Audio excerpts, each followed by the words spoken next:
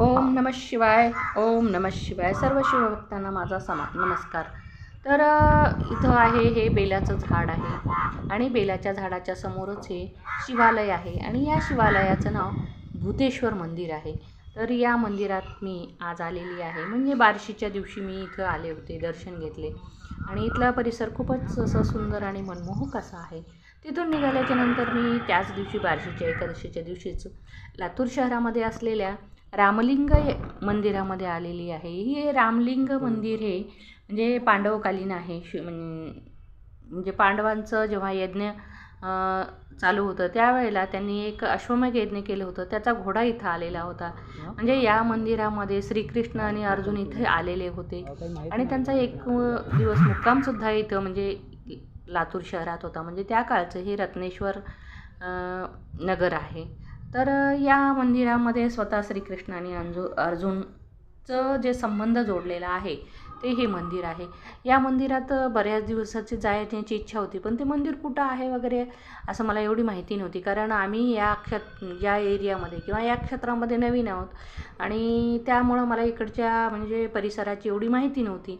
याआधी मी रत्नेश्वर मंदिरात गेले होते आणि तळ्यातील महादेव मंदिर आणि आता बरेच मंदिरात मी केलेली आहे. इथल्या गजानन मंदिर, गणपती मंदिर आणि त्याचे व्हिडिओ पण मी अपलोड केलेले आहेत यूट्यूबवर माझ्या चॅनलवर. तर आज आलेली आहे मी रामलिंग मंदिरामध्ये.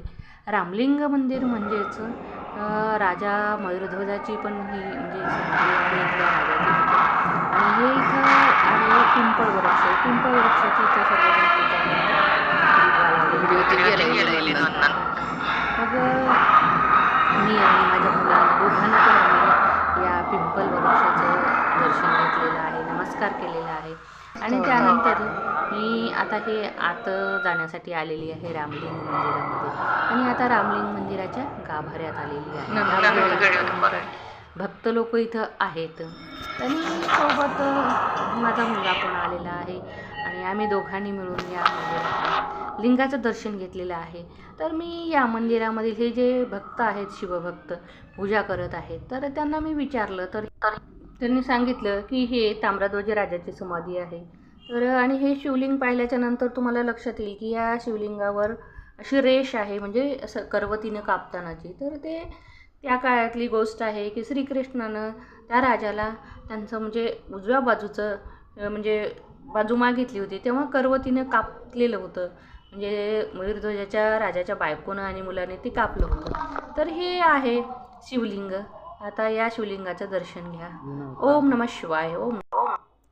याच मंदिर परिसरामध्ये गणपतीचं मंदिर आहे आणि विठ्ठल रुक्माईचं सुद्धा मंदिर आहे आणि तुम्ही पाहू शकता हे किती भव्य दिव्य असं मंदिर आहे आणि या मंदिराचा परिसर पण खूप सुंदर असं आहे आणि खूप मोठं मंदिर आहे. तुम्ही पाहत आहात मंदिराचा म्हणजे बाहेरील भागही किती मोठा आहे आणि इतकं शांत आणि थंडगार असं वातावरण आहे. उन्हाळा असूनही असं वाटतं की इथं ऊन लागतच नाही आहे आणि इतकं गार होतं ते मंदिर. त्या मंदिरातून उठावंच वाटत नव्हतं आणि बाहेर जायची तरी इच्छाच होत नव्हती. तर तुम्हाला हे मंदिर कसं वाटलं? जर तुम्ही माझ्या चॅनलवर नवीन असाल तर सबस्क्राईब करायला विसरू नका.